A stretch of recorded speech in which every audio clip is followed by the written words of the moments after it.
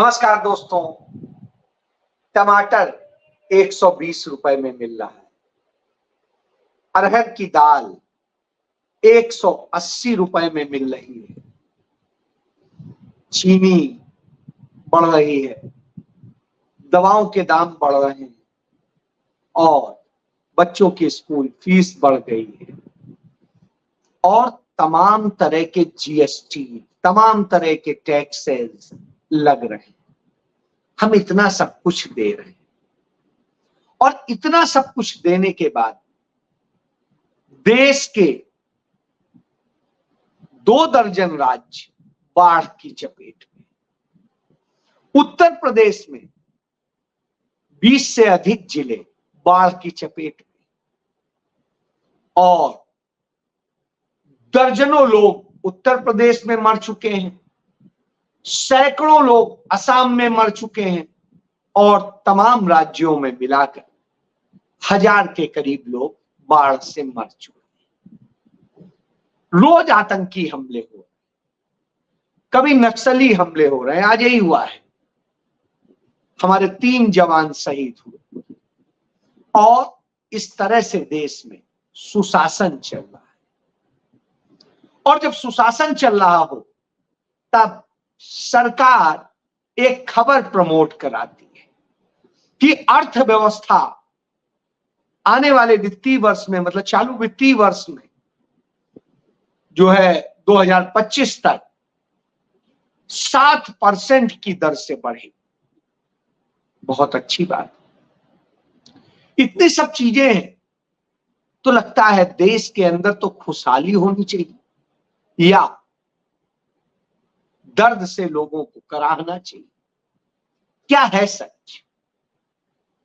तब लोग कहते हैं हम दर्द से कराह रहे हैं, हमारे बच्चों के पेपर लीक हो जा रहे हैं, नौकरी नहीं मिल रही, हमारे बच्चों की शिक्षा नहीं मिल पा रही, हमारे बच्चों का भविष्य बर्बाद हो चुका है। और जब यह सब हो चुका हो तो फिर आप किसके लिए कमा रहे हैं, किसके लिए उन्हें पढ़ा रहे हैं, अब करेंगे क्या? सवाल यह आता है। तब कुछ लोग बोलेंगे क्या फर्क पड़ता है, इसमें बुरा है, वो भी ऐसे ही है। नहीं, ऐसा नहीं, सब ऐसे ही नहीं। वो भी ऐसे ही होते तो आप यह न कह पाते कि वो भी ऐसे। उन्होंने ऐसा नहीं किया। उन्होंने ऐसा किया था कि आप अपने बच्चे को आज स्कूल भेजने की नौबत पे आज उन्होंने इतना अच्छा किया था कि आज अपने परिवार को आप खिला पा रहे, इतनी महंगाई पे खिला पा रहे। और उन्होंने इतना किया था कि आपको रहने को, खाने को, पढ़ने को, पहनने को, सबको कुछ ना कुछ तो मिल ही रहा है। ये आपके कपड़े कम कर दिए, आपकी दूसरी चीजें कम हो गई। तब आप कहेंगे कि फिर सरकार का बजट इतना कैसे बढ़ रहा है, इतनी टैक्स कैसे मिल रहा है, इतनी गाड़ियां कैसे बिक रही? जी हां, उसी पर बताता हूं। गाड़ियां इसलिए इतनी बिक रही हैं क्योंकि पहले आपकी गाड़ी 10 साल, 15 साल, 20 साल पुरानी होती थी, 30 साल पुरानी होती थी और आप अपनी गर्व से 50 साल पुरानी गाड़ी से चलते थे और कहते थे देखो इतनी अच्छी गाड़ी है कि आज तक चल रही है, मेरी गाड़ी पूरी मेंटेन। आज आप कहेंगे, आज दिल्ली एनसीआर के क्षेत्रों में, कई और महानगरों के क्षेत्रों में 10 साल के बाद में आप डीजल की गाड़ी नहीं चला सकते, कुछ साल बाद पेट्रोल की भी गाड़ी नहीं चला सकते। बड़ी मुश्किल से जिन छोटे जिलों में रिन्यूअल हो जाता है वहां पर भी आप ज्यादा से ज्यादा 20 साल गाड़ी चला ले, इससे ऊपर गाड़ी आप नहीं चला सकते। तो अब आपको गाड़ी को कबाड़ में बेचना पड़ेगा, इसलिए आपको गाड़ी चाहिए और फिर गाड़ी आप खरीदे। गाड़ी खरीदने के लिए बैंकें कर्ज देती हैं, क्योंकि बैंकों को अर्थव्यवस्था अपनी संभालनी, और वो मोटा मोटा ब्याज लेती है। पहले छोटा ब्याज होता था, अब मोटा ब्याज होता है, तो बैंकों को भी फायदा है। नहीं करोगे, गाड़ी घसीटेंगे और दूसरी चीजें करेंगे। पहले वो मनमानी करते थे, आप उनके खिलाफ खड़े हो जाते थे। आज वो स्थिति नहीं है, सरकार ने बहुत अख्तियार दे दिए। अब आप क्या करें? तो जो गाड़ी 10 लाख की मिलती थी, आज 20 लाख की मिल रही। जो 2 लाख की मिलती थी, वो 4 लाख की मिल रही। मतलब जो टैक्स था वो भी बढ़ गया। तो फिर मान लीजिए आप 18% टैक्स देते थे, तो आज वो 18 36 हो गया, क्योंकि डबल रेट हो गया। तो जितना महंगा उतना टैक्स। आप 90 रुपए किलो, 80 रुपए किलो खरीदते थे दाल, और उस पर टैक्स देते थे। आज वही 180 की लेंगे तो टैक्स आपको डबल देना पड़ेगा, जो भी उसका बनता है। इसी तरीके से जो भी चीजें आप खरीदते थे, तो उन पे टैक्स बढ़ गया। तो सरकार की आमदनी बढ़ गई, आपकी जेब से टैक्स भी जा रहा है और आपकी ही जेब से मूलधन भी जा रहा है। तो सब आपसे जा रहा है। आपको लगता था ये जीएसटी लगा है, हमें क्या परेशानी, ये दुकानदार पे लगेगा, किसी और पे लगेगा, और पे लगेगा। लेकिन दुकानदार क्यों देगा भाई? वो भी आपसे निकालेगा, और जो वो अपना इनकम टैक्स देता है वो भी आप ही की जेब से निकालेगा। वो अपने पास से कुछ नहीं देगा। तो सब आपसे निकाला जाएगा और आपको पता भी नहीं चलेगा। आप देखिए, अपने बच्चों का आकलन करके देख लीजिए किस तरह से बढ़ा। तो इस तरह से आपको लूटा गया। फिर दूसरा तरीका है कि सरकारें जिस तरीके से कर्ज पर कर्ज ले रही हैं, कर्ज पर कर्ज ले रही हैं, और उस कर्ज का ब्याज भी आप ही को देना, उसकी वसूली तमाम तरह से आपसे की जाती है। तो इस सरकार ने 250 लाख करोड़ का कर्ज ले लिया। अब 250 लाख करोड़ का कर्ज ले लिया तो वो किसको देना है? कर्ज पर भी ब्याज आपको देना है, और मूलधन भी जो जाएगा किस्त वो भी आपको देना, और वो लगातार बढ़ रहा है। उधर यही स्थिति राज्यों ने की। तो हर तरह से आप पर बोझ पड़ा। तो जो ये बोझ पड़ा, आपको दिखाया गया कि डेवलपमेंट मॉडल है। तो आपने कहा बहुत अच्छा डेवलपमेंट मॉडल है। आपने कहा एक्सप्रेसवे बन रहा है, ये बन रहा है, वो बन रहा है। तो साहब, एक्सप्रेसवे बन रहा है तो इस टैक्स से नहीं बन रहा, उसके लिए आपसे अलग टैक्स लिया जा रहा है। सड़कें बन रही हैं, उसके लिए अलग से टैक्स लिया जा रहा है। पहले राज्यों में नहीं पड़ता था, अब राज्यों ने भी हाईवे अथॉरिटी बना दी है, वो भी टैक्स ले रहे। तो टैक्स पर टैक्स पर टैक्स। और अब सड़क की जमीन आपकी, यानी सरकारी, जो आप ही की होती, और वहां का जो एसेट वो आपका, लेकिन कमाई कौन कर रहा है? वो पूंजीपति। और मुनाफा कौन खा रहा है? वो भारत सरकार। और उस मुनाफे से वो क्या कर रहे हैं? वो तो इस तरह से अर्थव्यवस्था बढ़ने की बात की जाती है। अब आपको लगता है कि अर्थव्यवस्था इस तरह से किस स्टाइल में बढ़ रही? तो स्टाइल क्या है? स्टाइल असलियत में कर्ज का है। स्टाइल असल में तमाम तरह के कर्ज का के अलावा टैक्सेस का है, और स्टाइल महंगाई का है। इन्होंने आपको यो ला करके खड़ा कर दिया, जिसे सरकार अपनी नाकामी को प्राउडली कह रही है कि हम इतनी बड़ी अर्थव्यवस्था बन गए। आप सवाल कहां से पूछेंगे? समझ है? नहीं है। क्यों नहीं है? उसकी वजह बता। नरेंद्र मोदी ने खुद कहा था, मैं गधों से प्रेरणा लेता हूं।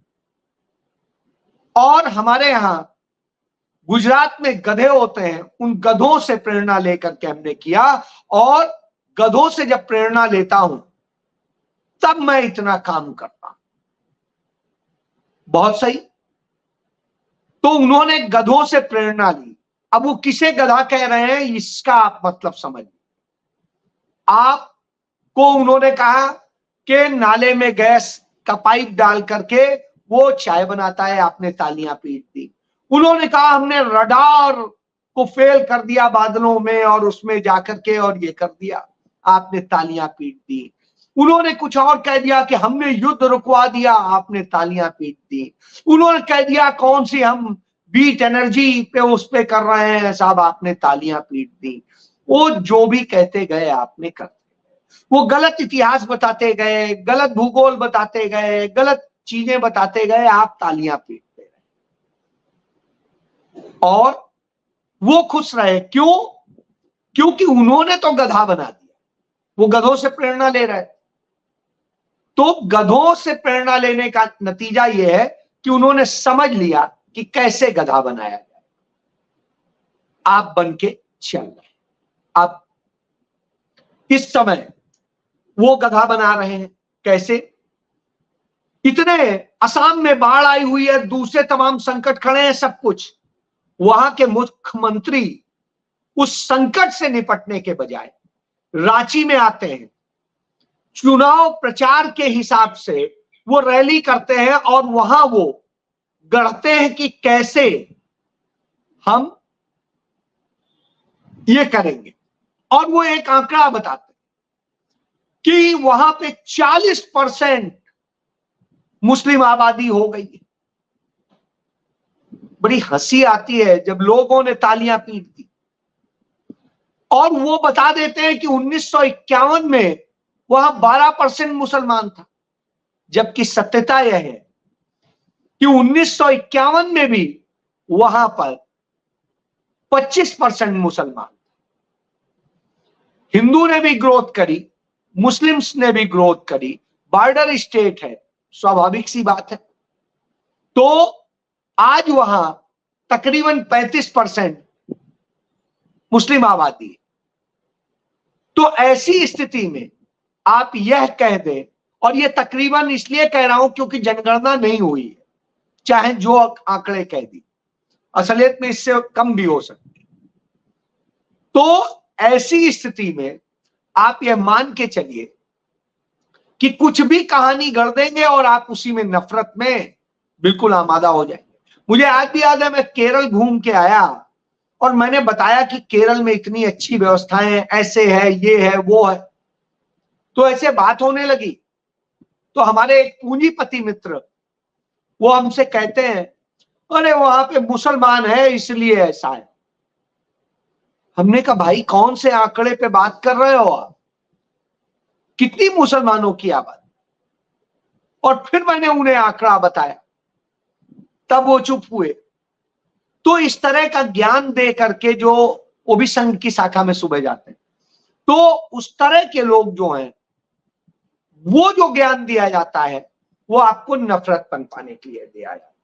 उसी नफरत के बूते वो आपको गधा बनाते हैं।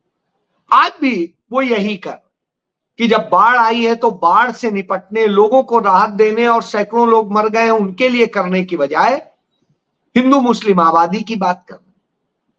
बंगाल में जिस तरीके से भारतीय जनता पार्टी की हार हुई है, जो हालात हैं और सब कुछ है, वहां पर शुभेंदु अधिकारी जो कह रहे हैं वो भी आपने सुन लिया कि किस तरीके से वो बताते हैं कि हमें नहीं चाहिए अल्पसंख्यक मोर्चा। भाई आप उन सीटों पे हारे हैं ज्यादा, वहां पर तो हारे ही ना मुस्लिम, जहां नहीं है वहां भी हारे। तो यह बताता है कि आपको जनता ने नकारा है, कोई और ने नहीं। और आप जो जीतने की बात करते हैं, कई सीटें ऐसी हैं जहां मुस्लिम बाहुल है लेकिन आप जीते हैं, उसकी भी बात करिए। गोधरा सीट के पास की बात कीजिए और जगह की बात कीजिए, कैसे जीत गए। बिना मुस्लिम वोट के तो नहीं जीते। तो इस तरह के हालात जब होते हैं उन पर बात होती है। मुंबई में आप जीते हैं तो यह बताता है कि भारतीय जनता पार्टी, नरेंद्र मोदी और उनके लोग यही सिर्फ करते हैं। उत्तर प्रदेश में बाढ़ आई हुई है, दर्जनों लोग मर चुके हैं, बुरी स्थिति है। सिर्फ 24 घंटे के अंदर 10 लोग मर गए बाढ़ से, लेकिन मुख्यमंत्री उसके लिए काम करने की बजाय वो कांवड़ यात्रा के लिए परेशान, उसके लिए पुलिस अफसरान वहां पर तमाम तरह के मुस्लिम आबादी पर प्रतिबंध लगाने का काम करते हैं। हालात ये हैं कि जो खुद को योगी कहता है वो किस तरह से भोग करता है वो दिखाई देता है। सत्ता सुख का भोग, सत्ता का भोग सामने दिखाई देता है। उसके लिए वो कुछ भी करने को तैयार, और जब कुछ भी करने को तैयार हो तो आप देखिए वो बाढ़ से निपटने की तैयारी नहीं करता है, मीटिंग बुलाता है मंत्रियों की, बाढ़ से निपटने की तैयारी नहीं करता है।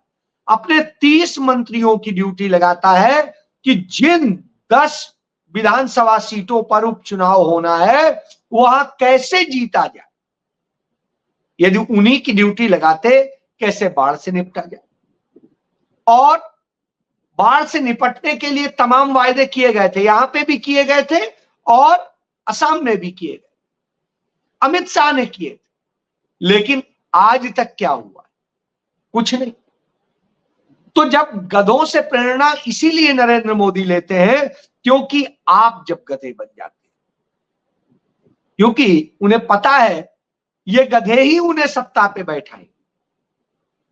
इसलिए आज तमाम प्रोजेक्ट जो आपको दिखाए जाते हैं कि सरकार ये करने जा रही है, ये करने जा रही है, और बाद में 2 साल, 4 साल, 6 साल, 8 साल, 10 साल आप देखते हैं हुआ ही नहीं। क्यों? क्योंकि असल में वो कागज में प्रोजेक्ट बना, कागज में बजट हुआ, कागज में बजट अलॉट हुआ, चंद पैसा डाल दिया गया और उसके बाद में ठंडे बस्ते में क्यों पैसा है नहीं। जो आपको दिखाया गया कि ये रेवेन्यू आएगा, ये आएगा, यहां से ये आएगा और हम ये करेंगे, वो आया नहीं। और जो आया वो अपनी अय्यासियों में खर्च हुआ।